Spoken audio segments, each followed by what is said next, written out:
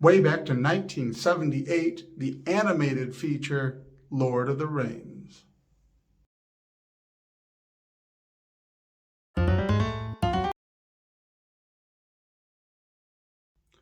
I find it's almost impossible to be doing reviews of the Lord of the Rings.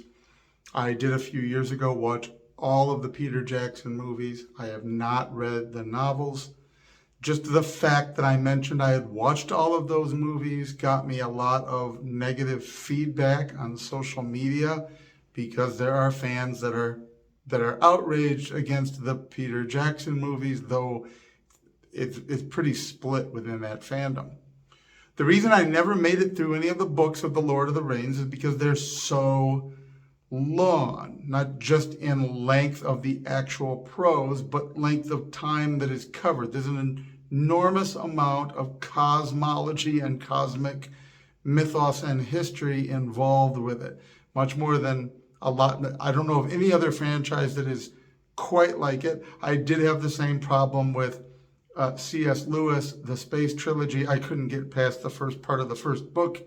When you're there so long, you're learning an alien language. It's just, so for those that take the time and absorb all of that and have this whole sort of a paleo virtual reality and an earlier other life in which they can picture this whole cosmos, kudos to you. So I've never tried to do any reviews of those Peter Jackson films because I haven't read the books and I know the fandom is so divided. And man, Amazon should have done at least the teeniest bit of research before they did the Rings of Sewer and provoked all of this trouble within multiple factions within the fandom, because you can't mess with Lord of the Rings and you don't mess with their fans. You don't mess with this universe that they love and are part of. But I did want to watch finally the animated version because I'd heard that more of the fans of Lord of the Rings hated that than anything else. And so out of morbid curiosity, I finally sat down to watch it. What I was able to glean from the mythology put more in more lengthy form in the Peter Jackson movies to watching the animated film scrunch that together, there are quite a few references in the dialogue and in the story that they're taken directly from the novel, I would guess, because they appear in both versions, but they don't have the force in the animated version that they did in the full Peter Jackson movies. The whole discussion of, I wish this had not happened in my time. And it's just a statement that they drift by in the animated version. Like they slipped it in there and it's got all this incredible meaning and conversation around it.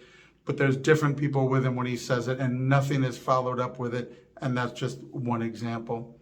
So you get, because it is Lord of the Rings, there's a very lengthy monologue at the beginning giving you the backstory as much as it can give you or you can absorb.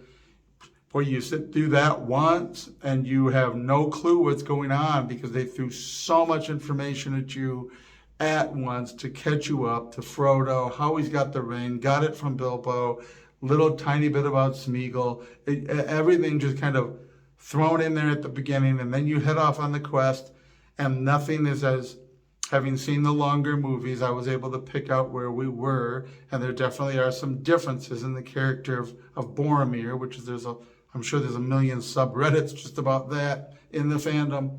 So you can see that there's a valiant attempt to try to condense all of this, and really it's an earlier form of the same major boo-boo that Amazon has made. You don't mess with this product. If you're not going to do a 15-part series of cartoon movies that does all of it, you shouldn't have been attempting to do it. Trying to do a just over 2-hour feature that condenses it, just even part of that story, it just doesn't work. Sometimes an epic has to actually be an epic. And so the animation is good. Interesting personal note, I thought some of the music sounded familiar. I kept, like, a song reminds you of an old friend. I kept being reminded of Star Trek IV, The Voyage Home, where they go back in time and get the whales.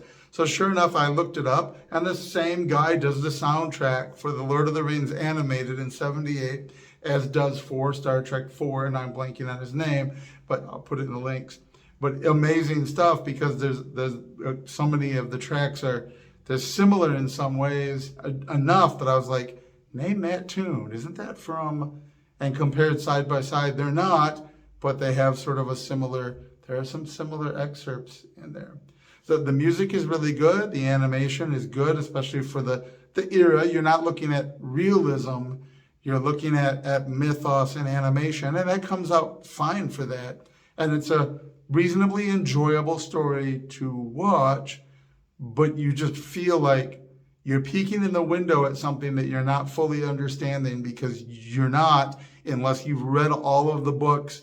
I don't imagine you would get all what's going on and the way they condense it together, and it just doesn't work. And so it's a relatively enjoyable thing to just watch. But if you're looking, if you're one of those Lord of the Rings fans that loves no wonder they didn't like this movie, because it is just entirely too brief, does not remotely do it justice. They'd have been better off to the animator to just make some paintings based on the mythology, and probably would have sold better to the fans to pin them up, because it looks neat in places, but it's just not correct.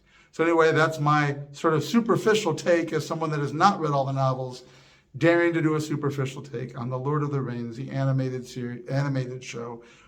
Worth seeing, but it is not going to satisfy you if you are into the mythology and the lore.